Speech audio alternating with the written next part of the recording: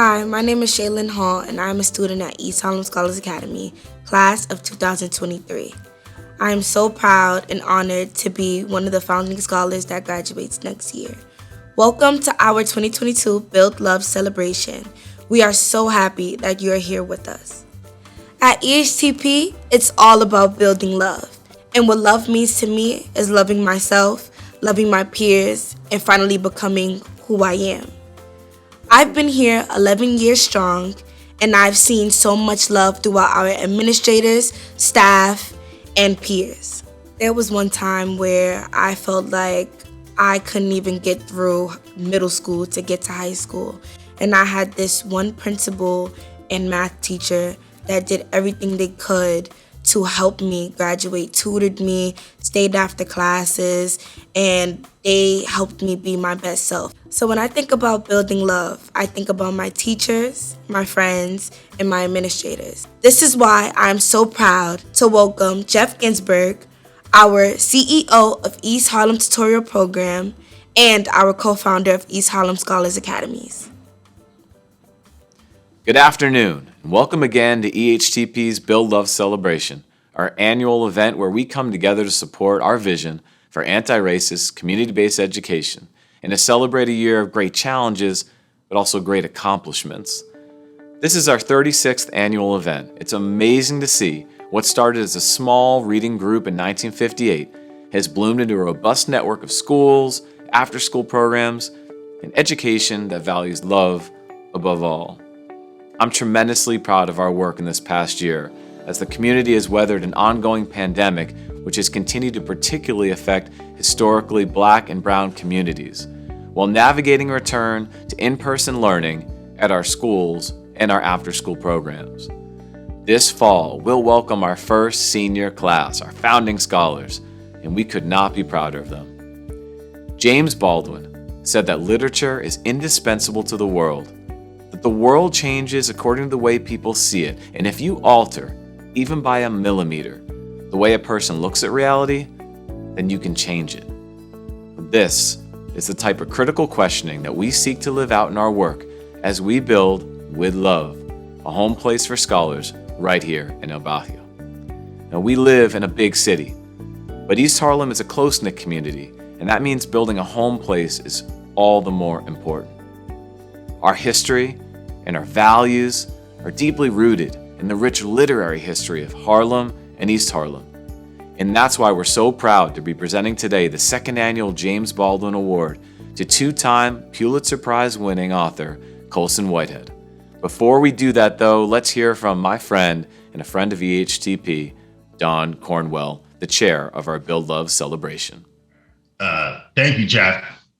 Welcome again to the Build Love celebration. My name is Don Cornwell, board member of EHTP. My wife, Sydney, and I are honored to be chairing this year's event. EHTP is something that's been really important to our family. When I think about where I like to give back, it's all about education. I am somebody that had the benefit of a wonderful educational journey. I had lots of people in my corner making sure I had a great journey. And any opportunity I have to give back and allow others to have similar type experience is important. And when I think back to now over 20 years ago, when I first got involved with EHTP, it was really focused on one thing and one thing only, and that was after school. And it had a lot of impact in the community, and it was clear at that moment in time that it was doing a lot. But with the hard work, some risk-taking from both staff members and board, the organization has grown in a really significant way. And thanks in part to a lot of people watching this video, but most importantly, to the families and kids that committed to the hard work that's needed. And we've now grown into an organization that is impacting not just after school experiences, but obviously during the day in our scholars programs, but also as kids go off to college and as they enter into their careers. It's not just the students themselves, it's also their families. I'm very proud of the statistics that 100% of our scholars are graduating from high school, 95% of them are getting into four-year colleges. That to me is real progress. And I'm super excited about what the future is for EHTP and where it's going. I think one of the things that I also have been really excited about is the impact we've had on not just students going off into their careers and getting into schools, but it's becoming teachers. I think the idea that we need to create a new generation of teachers is something we as a society have really failed at. And the only way we're going to make progress is by creating great new teachers, and EHTP is committed to doing that, is having success. I think even beyond that, it's not just about creating new teachers who then go off to the various private schools and off to the top universities. It's about people coming back to where they're from. And I think that is what's so important here, is that we're seeing teachers who are from this neighborhood go off, get great educations, learn how to be teachers, and they're coming back to teach the next generation and pull them along for the ride in the journey. And so again, super proud to be involved here. Thank you so much for everything that you guys are doing for this organization.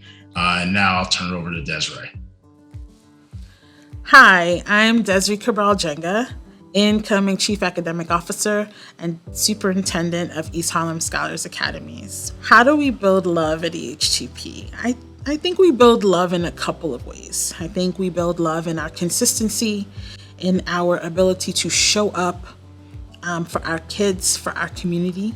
But most recently, I think we've built love and begun that building process of building a love for reading, a love for literature, and understanding that literature opens the doors to understanding the world, but more importantly, understanding yourself.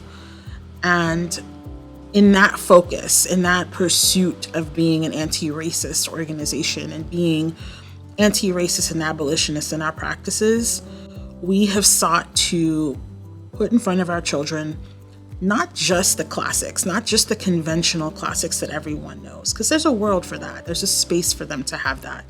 But we have very deliberately sought out text and writing and dialogue that focuses on similar lived experiences of our students, lived experiences of different people in different places, so that our students can build a sense of understanding not only of themselves and see themselves in literature, but so that they could also understand and question and push against the conventions of the world.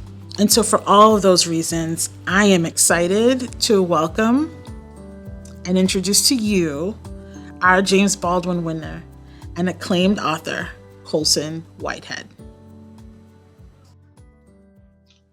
Hello, Colson Whitehead here. It's a great honor to receive the James Baldwin Award.